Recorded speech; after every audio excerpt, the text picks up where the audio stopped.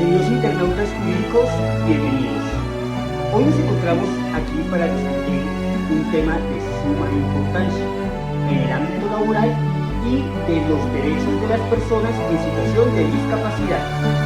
En este programa, en Defensor de sus Derechos, aprenderemos sobre las nuevas condiciones que se están promoviendo en relación a ser acreedor a la estabilidad laboral reforzada por condiciones de salud o el denominado fuero de salud. Pero antes que nada, antes de comenzar, quiero aprovechar esta bonita oportunidad para desear un feliz día del abogado a todos los profesionales que trabajan incansablemente por la justicia y por los derechos de las personas, de sus clientes. Desde mi corazón, muchas felicidades y me siento muy orgulloso de ser abogado. Bien, ahora sí pasemos a abordar el tema central de este programa. La Sala de Casación Laboral de la Corte Suprema de Justicia, en sentencia reciente, ha establecido que el fuero de estabilidad laboral reforzada, derivado de las condiciones de salud, debe ser analizado no solo bajo el prisma que contempla el artículo 26 de la Ley 361 de 1997, sino también a las velas y en concordancia con la Convención sobre Derechos de las Personas con Discapacidad o en su defecto al abrigo de la Ley 1618 de 2013. En ese sentido, la jurisprudencia ha sido clara al respecto que para acceder al carácter protector que establece el artículo 26 de la Ley 361 de 1997, es necesario que se cumplan ciertas condiciones. En primer lugar, debe existir una discapacidad que revista de tal entidad que afecte a mediano y largo plazo la salud del trabajador aforado, ¿sí? Lo anterior teniendo en cuenta que no todas las discapacidades activan el fuero por salud, por lo que se requiere un análisis detallado. Además, es fundamental que se prevean obstáculos de cualquier tipo en el cual se incardinen a interferir de manera idónea en la posibilidad del trabajador con discapacidad para desempeñar su trabajo en igualdad de condiciones que los demás empleados. La jurisprudencia ha denominado a estos obstáculos como barreras, que pueden ser actitudinales, físicas o enunciativas y que generen inequidad entre el trabajador protegido y el resto de la población trabajadora. Bueno, entonces valdría la pena preguntarnos qué ocurre con qué pasaría si el empleador tiene conocimiento previo de estas barreras. En ese sentido, el empleador tiene la responsabilidad de gestionar las medidas necesarias para mitigar y eliminar dichas barreras.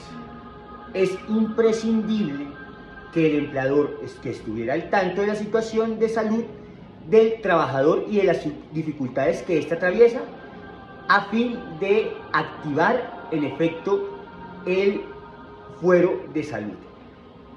Bueno, si a pesar de realizar los ajustes logísticos, físicos y técnicos para la inclusión laboral del trabajador en situación de discapacidad persisten las limitaciones, se deben cumplir con ciertas condiciones para que en efecto se consolide el fuero de salud. En primer lugar, debe existir, como hemos dicho, la deficiencia que tenga un impacto en la salud del trabajador a mediano y largo plazo. Además, se deben identificar los elementos del entorno laboral que influyan de manera idónea en el desempeño del trabajador con discapacidad, ya sea relacionados con el puesto de trabajo, actitudes o barreras administrativas. Por último, resulta imprescindible que el empleador haya tenido conocimiento previo de la situación de discapacidad a efectos de proceder a su despido. Además de ello, de los elementos antes mencionados debemos hallar el nexo causal a efectos de relacionar el despido del trabajador con las condiciones antes mencionadas. Y allí, para que se desprenda que el despido se ha producido en ausencia del debido proceso y como consecuencia de la situación de salud del trabajador, lo cual genera inequidad en comparación y en contraste con sus compañeros que hacen parte de la población trabajadora. Es importante destacar que, de acuerdo con la jurisprudencia, para despedir un trabajador en situación de discapacidad es necesario, inexorable, obtener la autorización del Ministerio de Trabajo. Asimismo, se ha recordado que el empleador puede desvirtuar la presunción de despido discriminatorio siempre y cuando logre demostrar que se implementaron todas y cada una de las medidas administrativas, logísticas y técnicas necesarias para lograr la inclusión en igualdad del trabajador protegido, y que a pesar de los esfuerzos realizados no ha sido posible, y dicha circunstancia debe ser informada al trabajador. Ahora bien, ¿qué sucede ahora entonces con las discapacidades moderadas, severas y profundas? Según lo adoctrinado por la Corte Suprema de Justicia, en contraposición a la tesis tomada por la Corte Constitucional. Pues según la alta corporación, el órgano de cierre de la justicia ordinaria indicó que estas discapacidades están reguladas a través del decreto 2463 de 2001 y que hayan compatibilidad en su aplicación en casos anteriores a la entrada en vigor de la Convención sobre los Derechos de las Personas con Discapacidad o, en su defecto, la Ley 1618 de 2013. Esto significa que hay un marco legal específico para estas situaciones que debe ser tenido en cuenta al analizar los derechos laborales de las personas en situación de discapacidad.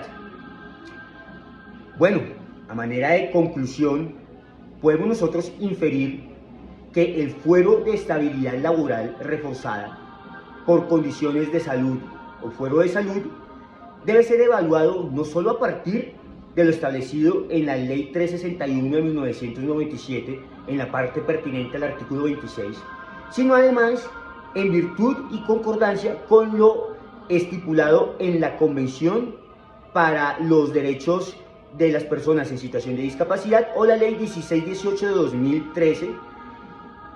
En ese sentido, gracias por la valiosa colaboración que me han prestado, gracias por acompañarme en esta emisión.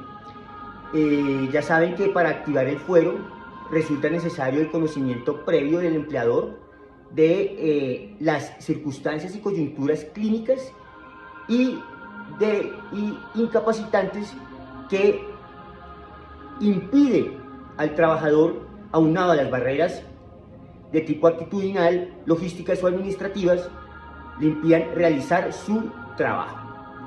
En ese sentido, el empleador tiene la responsabilidad de eliminar las barreras que impidan la inclusión del trabajador en situación de discapacidad, y como ya sabemos, en caso de que no se halle el acoplamiento debido entre el puesto de trabajo y la situación clínica del trabajador, el empleador deberá, en primer lugar, informarle al trabajador aforado y, en segundo lugar, pues acudir a las instancias administrativas pertinentes, esto es, al Ministerio del Trabajo, con miras a que pueda tener autorización para despedir al trabajador protegido.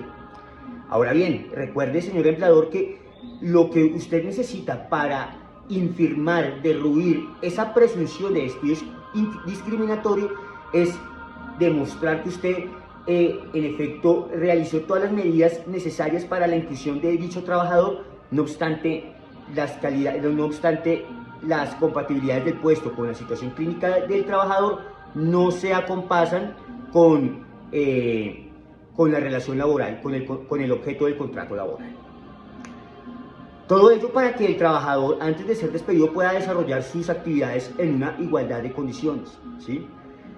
Y pues bien, amigos, estoy ante todo muy agradecido porque siempre están ahí acompañándome, y me siento honrado de que me permitan acompañarlos en las diferentes emisiones. Recuerden de que todo lo que tienen que saber de mí se encuentra acá abajo en la cajita de descripción. Recuerden ser amables con todo el mundo, ser compasivos con nuestros hermanos no humanos, y